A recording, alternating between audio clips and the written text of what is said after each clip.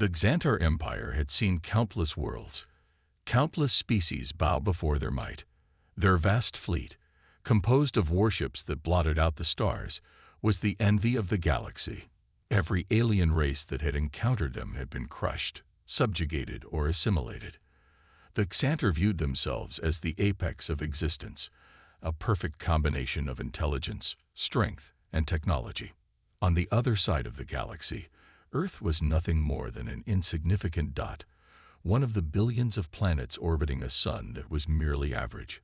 To the Xantar, humanity was a primitive species, still struggling with its basic survival.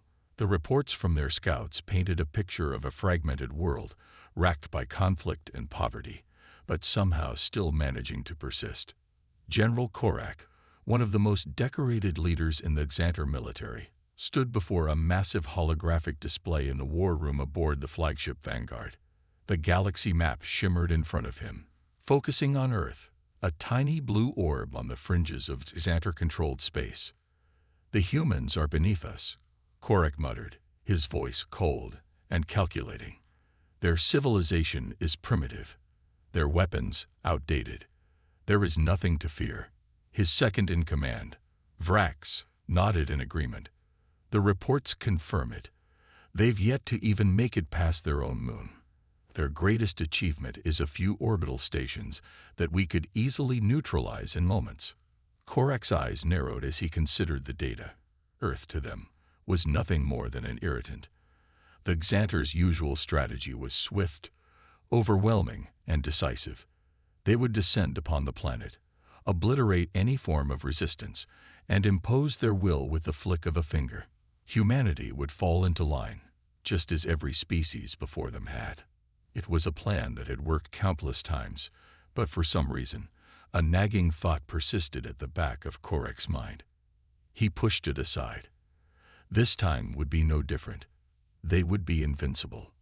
"Prepare the fleet," Korak ordered, his voice no longer soft but laced with a deadly finality. "Deploy the recon units and begin the invasion. Let the humans witness the might of the Xantar Empire."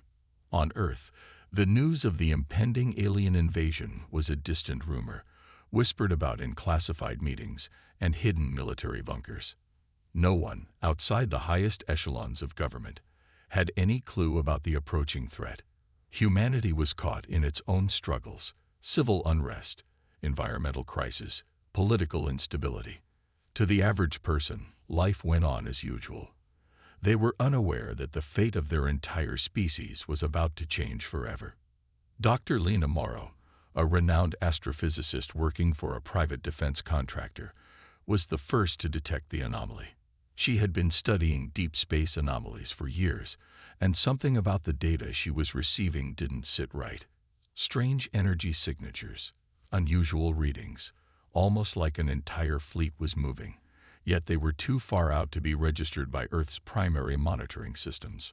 Her fingers flew across the holographic display, adjusting filters and fine-tuning the instruments. The more she analyzed the data, the clearer it became. Something big, something alien, was heading straight for Earth. She didn't waste time. Dr. Morrow immediately contacted her colleagues at the Global Defense Initiative, sending them a message encrypted with her highest-level clearance. "We have an incoming threat," she wrote simply, the message barely readable as her heart pounded in her chest. "It's real. It's coming. And we're not ready." Dr. Lena Morrow's warning was only the beginning. Once her encrypted message reached the upper echelons of Earth's defense agencies, panic set in.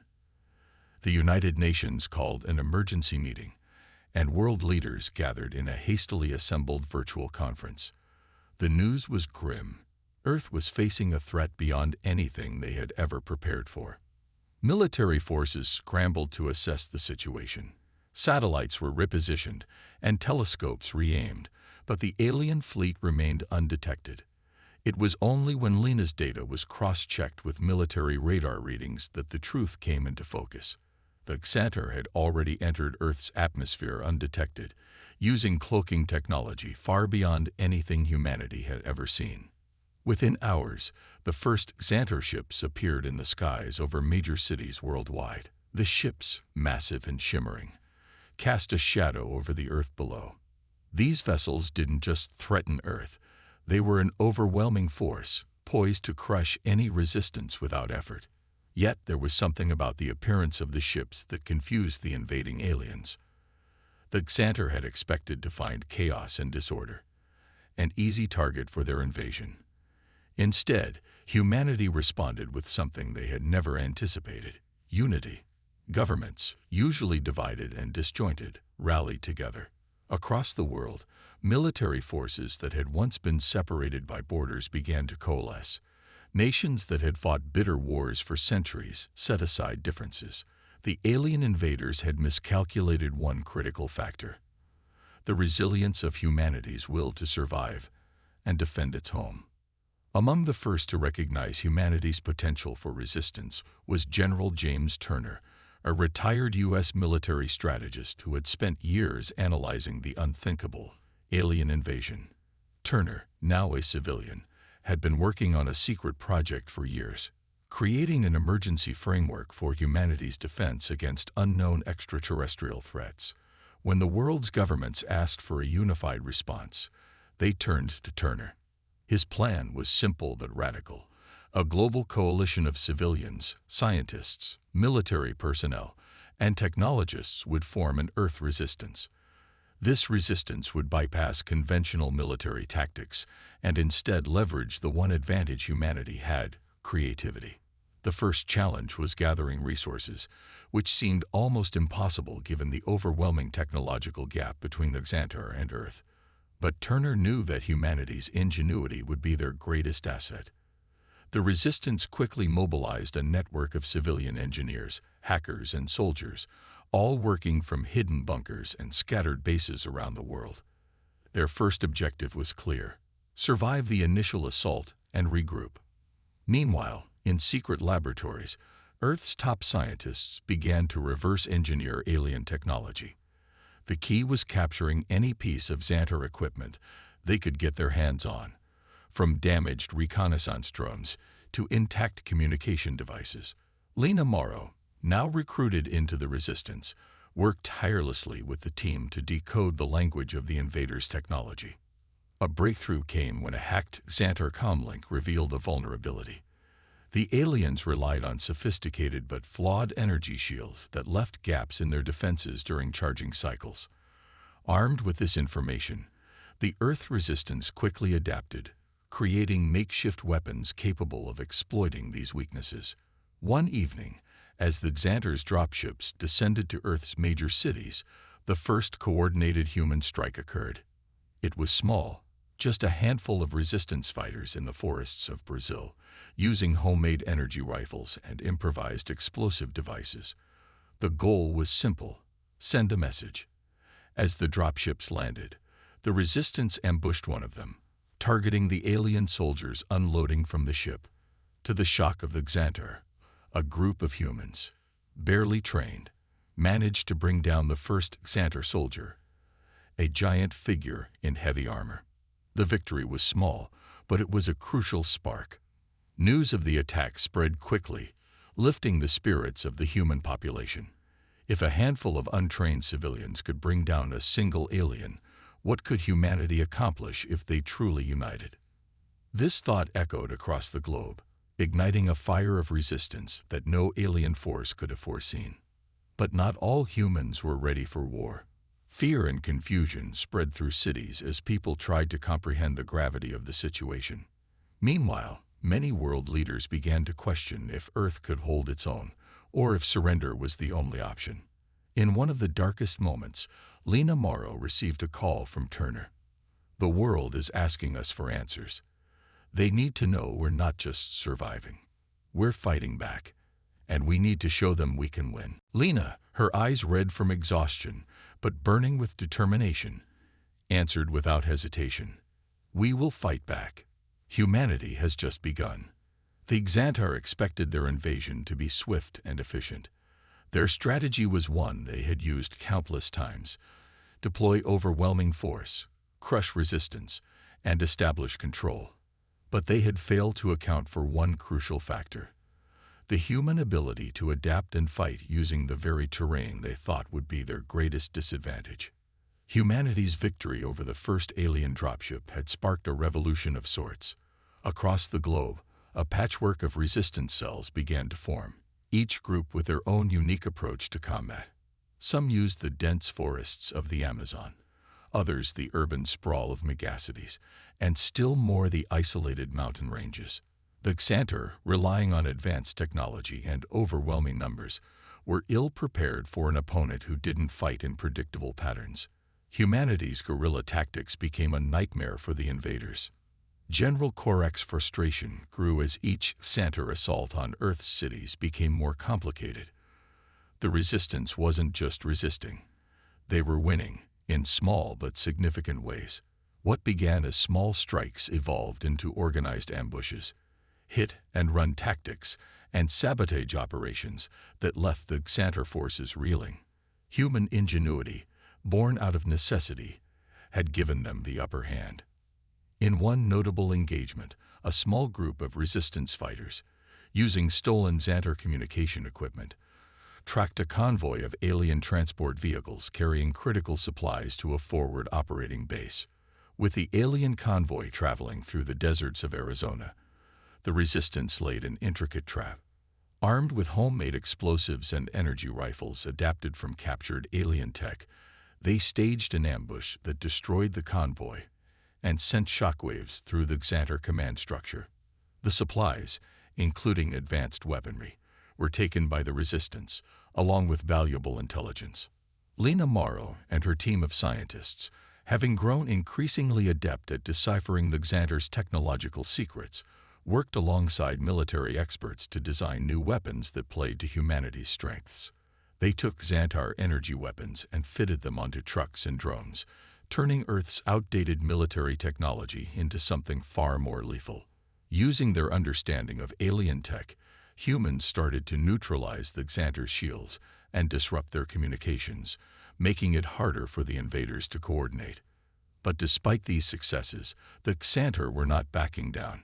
Orcs' strategy shifted from direct assault to tactical retaliation, using counterattacks to destroy human strongholds. The Xantar unleashed devastating plasma bombardments from orbit, flattening entire cities in moments. Yet humanity was not cowed. They adapted. They dug deeper into bunkers, hid in the vast underground networks of old subway systems, and began utilizing Earth's natural features in ways the Xantar had never expected. The dense jungles of Southeast Asia, the frozen tundras of Siberia, the deserts of Africa, all became battlegrounds where human tenacity could turn the tide.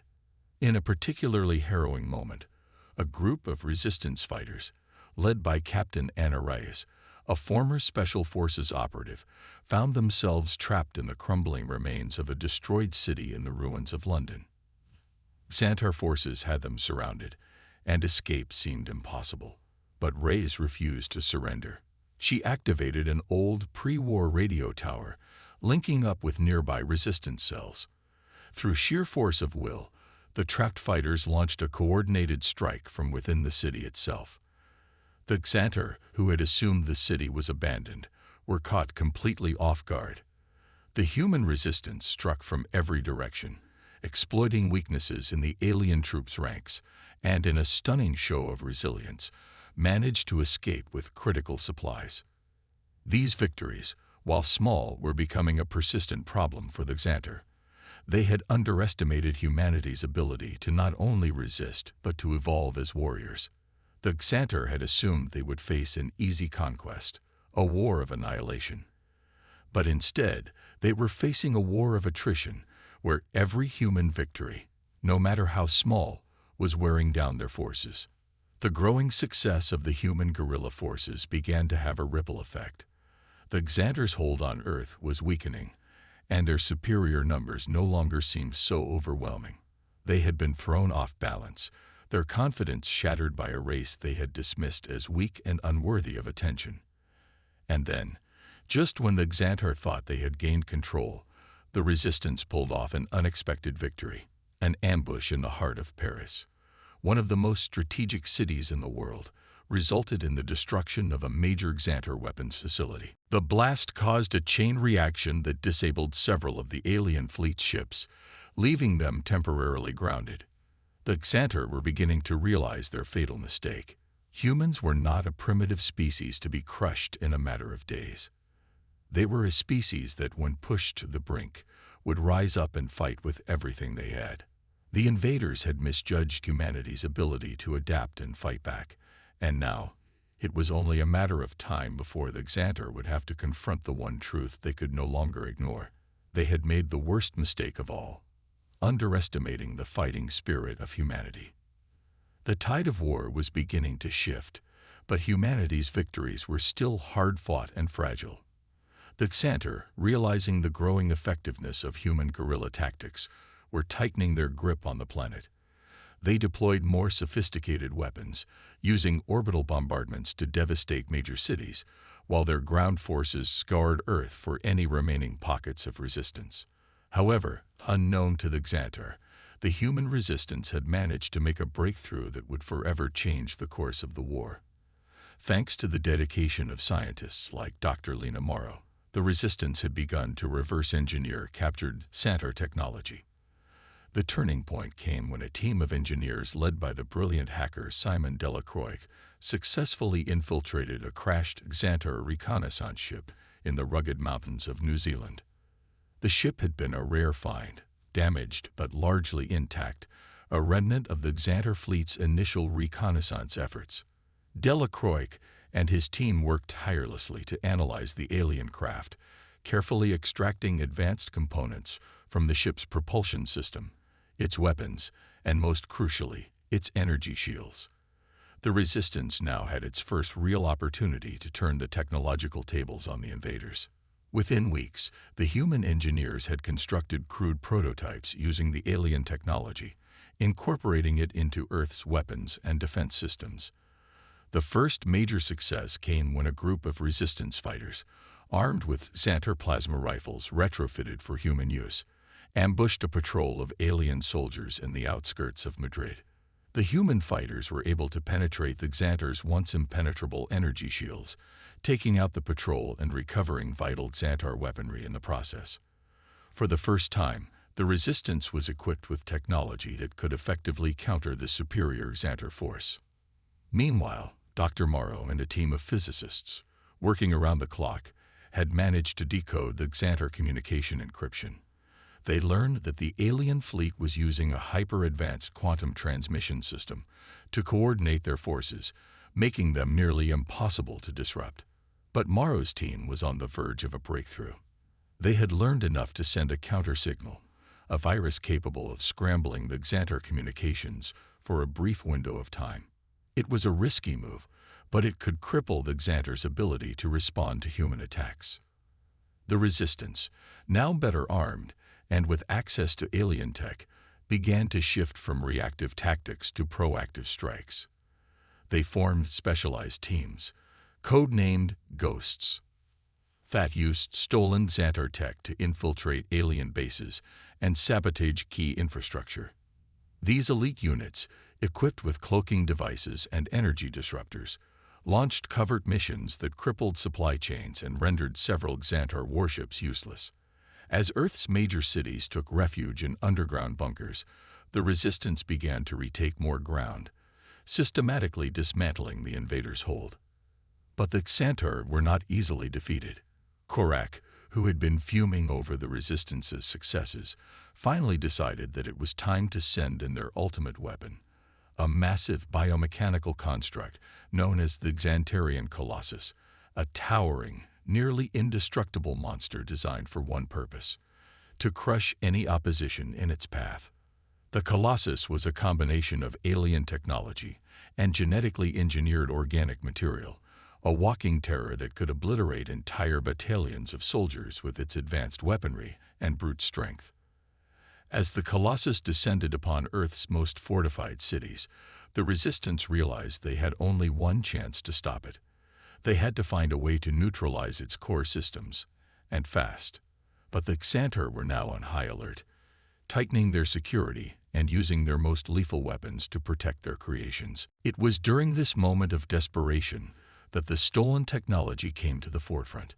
Using data collected from the downed Xantar reconnaissance ship, the Resistance had developed a weapon designed specifically to target the Colossus' weak points, its central neural node, a fragile link between the biomechanical body and the alien control system.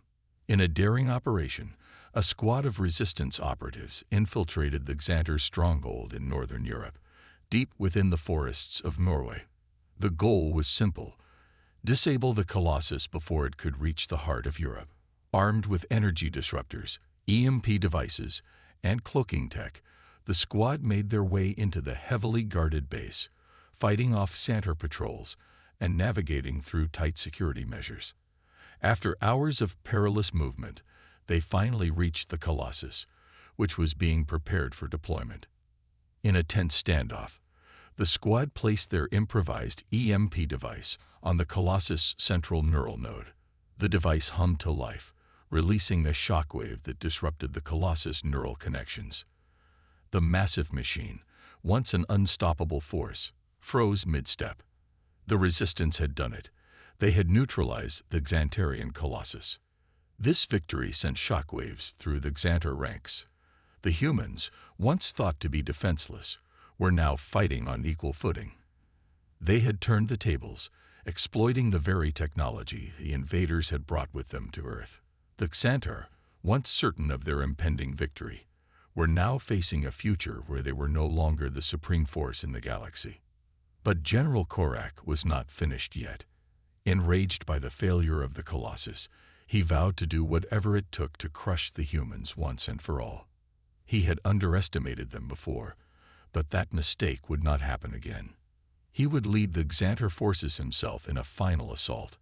Earth's fight for survival was far from over. The neutralization of the Xantarian Colossus had sent a powerful message. Humanity was no longer just defending itself. It was striking back with a force the Xantar never expected. The invaders, once so confident in their technological superiority, were now scrambling to recalibrate their strategy. General Korak's arrogance had been shattered, but it wasn't enough to deter him from his mission. The Xantar would not leave Earth without making sure the humans were annihilated. Korak's final plan was simple in its brutality. He would lead the Xantar fleet into a full-scale orbital bombardment, a devastating strike that would wipe out the human resistance, burn Earth's cities to the ground, and leave the planet a barren wasteland. Earth's remaining strongholds would be reduced to rubble, and any surviving humans would be crushed under the weight of the invasion. This would be their last effort, and Korak was determined to make it a crushing one. But humanity, now more unified and desperate than ever, had a plan of its own. The Resistance, now an ever-growing coalition of military leaders, scientists, engineers, and civilians, had not only seized alien technology, but had also reverse-engineered the Xantar's weapons to build a fleet of their own. It was an audacious move, one that defied everything the Xantar had believed about human capabilities. But it was their best hope. Dr. Lena Morrow, working alongside military strategist General James Turner, had overseen the creation of Project Horizon, a fleet of human-built warships equipped with hybrid technology derived from both Earth's resources and the best of the Xantar's captured tech. The ships were primitive by comparison, but their stealth capabilities and advanced weaponry made them formidable opponents. These ships were designed specifically to take down the Xantar's flagship and bring down the orbital bombardment. The humans had learned something critical in their guerrilla warfare. The Xantar relied on their overwhelming firepower, but they had little defense against subtlety. The human fleet would fight not with brute strength, but with deception, surprise, and surgical precision. As Korak's flagship, the Vanguard, entered Earth's orbit with the intention of finalizing the bombardment, the humans executed their plan. Under the cover of night, a fleet of 5 human warships, cloaked and hidden by newly developed stealth technology, slipped into position, undetected by the Xantar's radar systems. Their target was clear: the Vanguard, the heart of the Xantar command fleet. The battle began with eerie silence. The human warships moved into striking range of the vanguard, launching their first salvo of modified Xantar plasma missiles. The alien ship's shields flared in protest, but these new missiles were designed to adapt and find weak points in the energy fields. The vanguard was caught off guard, its shields collapsing under the pressure. Korak was not one to panic, but the sudden barrage was unlike anything the Xantar had experienced. "Deploy all defense systems," he shouted, as he watched his flagship begin to shudder under the impact of the human assault. The Xantar, for all their superior technology, had not accounted for the possibility that humanity could fight back in such a calculated, relentless way. The human ships continued their attack with precise maneuvers. They used their cloaking devices to stay hidden, launching wave after wave of missiles and energy blasts, each shot calculated to weaken the Xantar's defenses further. The Vanguard's energy core, once impervious to any form of attack, was now under threat. As the human ships danced through the chaos of battle, they strategically targeted weak points on the alien warship, hitting critical systems with pinpoint accuracy. Meanwhile, on Earth, the Resistance had begun Operation Eclipse, a coordinated strike against Xantar ground forces. Using hacked Xantar communications, they launched a series of attacks across the world, distracting the Xantar and forcing them to divert resources from their flagship. It was a gamut, but it worked. Back in orbit, the battle reached its peak. The Vanguard, severely damaged, attempted to retaliate, but Korak's ship was already too compromised. The energy core began to destabilize. With one final, concentrated strike, a modified human missile pierced the ship's core, detonating it in a massive explosion that lit up the sky. The heart of the Xantar fleet had been destroyed. Korak's vision of orbital destruction was shattered. His flagship, his pride, was gone, and with it, the commanding force of the Xantar invasion. The Xantar fleet, now thrown into disarray, began to fall back. The human warships, having dealt the blow, began to disengage, vanishing back into the darkness of space. The orbital bombardment was stopped, but the fight was far from over. Earth had won a battle, but not the war. The Xantar would not give up so easily. General Korak, his rage burning like a wildfire, vowed that the defeat of the Vanguard was just another obstacle to overcome. He would find a way to finish the job. But for the first time since the invasion began, the Xantar were not invincible. For humanity, however, this victory was monumental. They had faced the full brunt of the Xantar's technological might, and against all odds, had turned the tide of war. The Resistance's first major counterattack had succeeded, and with it, humanity's hope for survival burned brighter than ever before. The destruction of the Vanguard was a blow the Xantar had never anticipated. The loss of their flagship left their forces in disarray, but their desire for domination was not easily extinguished. General Korak, though furious, was far from defeated. He retreated to his secondary command center, deep within the ruins of the Xantar's orbital fortress, vowing to strike back with renewed ferocity. For humanity, however, the destruction of the Vanguard marked a monumental turning point. The Xantar's most powerful asset had been decimated, and their invasion was no longer an unstoppable juggernaut. The Resistance, emboldened by this unprecedented victory, began to capitalize on the momentum. The world, once paralyzed by fear and uncertainty, rallied in a unified front. The message was clear. Humanity had not only survived, they were fighting back. The global resistance now had the initiative. Under the leadership of General Turner and Lena Morrow, the human forces began to regroup, consolidating their gains and expanding their reach. As communications between resistance cells became more coordinated, they struck at the heart of Xantar occupation forces across the globe. One of the first major victories following the destruction of the Vanguard came in the jungles of Vietnam. A combined force of resistance fighters, scientists, and former military personnel launched a series of coordinated guerrilla attacks on Xantar supply depots and communication hubs. Using stolen Xantar tech, they deployed disruptor bombs, devices designed to jam the alien fleet's long-range communications and sabotage their weaponry. The Xantar were caught off guard once again, as their supply lines were severed and their communication systems scrambled. In North America, the Resistance began to exploit urban warfare tactics.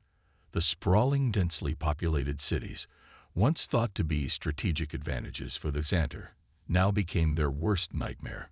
Human resistance cells infiltrated urban centers, its sophisticated security systems, and neutralized the Omega bomb before it could reach full power. But Korak was no fool. He knew that the Resistance would come for the bomb. He had anticipated this move. As such, he had reinforced the Arctic facility with an army of elite Xantar soldiers, as well as automated defense systems capable of repelling even the most determined assault. The final battle would be one of attrition, where every inch gained by the humans would be paid for in blood. The Resistance team set out under the cover of darkness, knowing that failure meant the end of Earth. As they traveled across the frozen wilderness, they fought the elements as much as they fought the threat of detection by Xantar forces. The Arctic tundra offered little cover, but the humans were used to adapting, using their environment to their advantage. They moved in small, silent groups, camouflaged against the white landscape, advancing toward their target. When they reached the facility, the full scale of their challenge became apparent. The base was a fortress, its walls reinforced with alien alloys, its defenses networked in ways the humans had never encountered before. The Xantar had used every measure to ensure that no one could infiltrate. The Resistance needed to get inside, disable the security grid, and reach the Omega bomb's control room. Every step was fraught with danger. Simon Delacroix, the brilliant hacker, led the team's charge into the facility's outer perimeter. He bypassed the Xantar's intricate security systems with the skill of a master, using modified human technology and his deep understanding of alien encryption codes. Slowly but surely, the team breached the outer defenses, getting closer to their target with each passing minute. Inside, the situation was even more perilous. The team fought their way through waves of Xantar soldiers, utilizing captured Xantar weapons and their own training in urban and guerrilla warfare. Every encounter left them with fewer resources, but they kept moving forward. They had no choice. The fate of the world rested on their shoulders. As they finally reached the central core where the Omega bomb was held, the Resistance team realized the scale of the weapon they had come to destroy. The bomb, an immense construct of alien technology, pulsed with a sickening energy. It stood in the center of a massive chamber, surrounded by Xantar guards and automated turrets. Time was running out. General Turner, coordinating the operation from the rear, gave the order, "We go in now." The final assault began. A fierce battle erupted in the heart of the facility. The Resistance operatives fought valiantly, using every piece of alien tech at their disposal, making full use of their superior knowledge of the Xantar's weaknesses. Captain Rice led the charge into the heart of the bomb's control room, where she and her team fought off the last of the Xantar guards. Meanwhile, Delacroix worked feverishly to disable the bomb's activation system. Sweat dripped down his face as he typed rapidly on a hacked Xantar console, accessing the bomb's core programming. Every second counted. With a final, triumphant beep, Delacroix disabled the Omega bomb's countdown, rendering it useless. But the battle wasn't over. The Xantar were relentless, and their forces continued to pour into the facility. The Resistance had one final objective: destroy the base and prevent the Xantar from rebuilding. As they planted the charges and made their retreat, the base began to shake. The Xantar's last stand had failed. The self-destruct sequence triggered, and within moments, the Arctic facility erupted in a massive explosion, sending shockwaves across the tundra. The Omega bomb, the symbol of the Xantar's final threat, was destroyed, and with it, their hopes of wiping out humanity. But as the Resistance team staggered away from the wreckage, battered but victorious, they knew one thing for certain. The war was not over. The Xantar would not give up so easily. The final battle had yet to come. The fate of Earth still hung in the balance, but humanity had proven one undeniable truth. When pushed to the brink, they would never surrender. The destruction of the Omega Bomb marked the beginning of the end for the Xantar, but it did not signal the end of the war. The Resistance's victory in the Arctic had crippled the alien force's most devastating weapon, but General Korak was still alive, and his forces, though weakened, were far from defeated. The Xantar fleet, though scattered and disorganized, remained a powerful threat orbiting Earth. Korak's thirst for vengeance, and the belief that humanity could still be crushed, fueled his resolve to make one last, desperate attempt to finish the war. In the weeks following the destruction of the Omega Bomb, the Xantar began to regroup in the outer reaches of the solar system. General Korak, humiliated and enraged by the successive losses, began making preparations for a final, cataclysmic assault. He had learned from his past mistakes. Underestimating humanity had nearly destroyed him. Now he would not make that error again. The final battle would take place in space, above the very planet the Xantar had come to conquer. Korak's fleet was preparing for one last orbital bombardment, this time to ensure that Earth would never rise again. He had constructed a new, far more destructive weapon, a hypercannon capable of annihilating entire cities with pinpoint precision. It was designed to target Earth's most populous regions and completely obliterate any remaining pockets of resistance. Korak was determined to burn the planet to ash, to eradicate the very people who had defied him. But humanity had one last card to play. The Resistance, having rebuilt their forces after their victory in the Arctic, now looked to the stars with a plan that seemed impossible, but the stakes had never been higher. They had learned from the Xantar, adapting their technology, their tactics, and their resolve. The human fleet, now fully equipped with a blend of Earth's ingenuity and stolen Xantar technology, had been quietly preparing for this moment. Under the leadership of General Turner, the Resistance launched their final offensive, an all-out assault on Korak's flagship, the Judgment. This was not just a battle for survival, it was a battle for the very soul of humanity. The fate of the Earth rested on this single moment. The Judgment, Korak's massive warship, loomed in orbit above Earth, a behemoth of destruction. With its colossal weapons and impenetrable shields, it was a fortress in the sky. Humanity's fleet was outnumbered, but the Resistance had a secret weapon: the Xantar sabotage protocols.